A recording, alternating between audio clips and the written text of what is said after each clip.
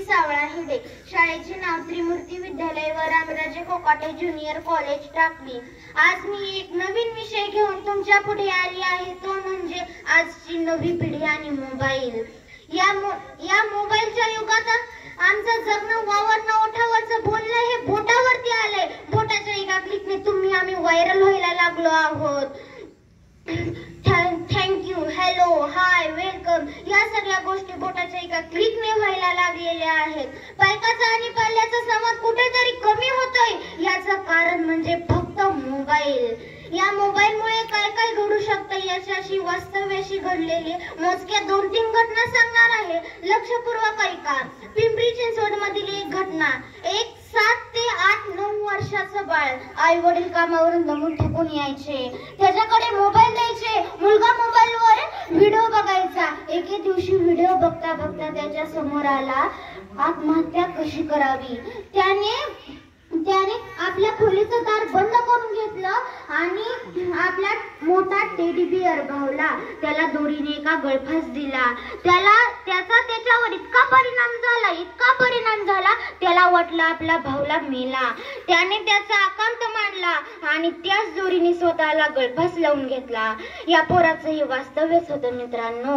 आळंदीमधील एक घटना. 10वीला 90% पेक्षा जास्त गुण मिळालेला मुलगा सुट्ट्यांमध्ये इतकं हरवून गेला. वडील थोडेसे रागावले. मोबाईलमुळे त्याचं थोडंसं संतुलन बिघडलं. त्यानं आत्महत्या केली. काय उपयोग त्या 10वीला 90% पडल्याचा. मोबाईल मध्ये चांगल्या गोष्टी कितीतरी आहेत, त्या आपण पहिल्या पाहिजे. आपल्याला संस्कार लावून देणारे आहेत, आपलं हित घडवून सुद्धा आणणारे आहेत, त्या आपण पहिल्या पाहिजेत.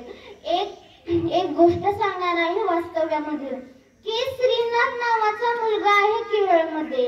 तो मुलगा केरळच्या एका बसस्थानकावरती पोलिस हमल्याचं काम करतो. तो काय करायचा, कानामध्ये हेडफोन लावायचा, मोबाईल खिशामध्ये ठेवायचा, लोकांची बोचकी उचलायचा. लोक त्या बदल्यात त्याला पैसे द्यायचे. काही लोक म्हणायचे, मोबाईल कानात तू काय आमचं ऐकतोयस की नाही. तर तो मुलगा म्हणायचा, सर मी KPSCचा म्हणजे MSc चा अभ्यास करतोय, त्याची ऑडिओ ऐकतोय.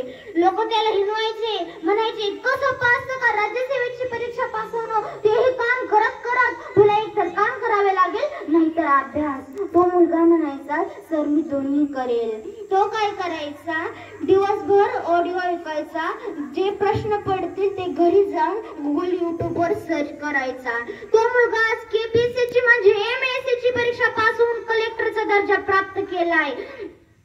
त्या मुलाचं हे वास्तव्यच होतं मित्रांनो. ते लाईक्स, ते फेसबुक वरचे, ते इंस्टाग्राम वरचे स्टेटस बघण्यापेक्षा या बाहेरच्या जगामध्ये वावरा, थोडंसं बोला, कुणाशी तरी बोला, थोडंसं चाला, बोला. ते फेसबुक वरचे, ते इंस्टाग्राम वरचे व्हिडिओ बघण्यापेक्षा आपलं लायकी वाढवणारा असं फोकस निर्माण करा. ते व्हॉट्सअप वरचे स्टेटस बघण्यापेक्षा आपल्या आई वडिलांची मान अशी अभिमानाने उंचावेल असं स्वतःच स्टेटस निर्माण करा. बस एवढंच बोलते आणि इथेच थांबते. जय हिंद.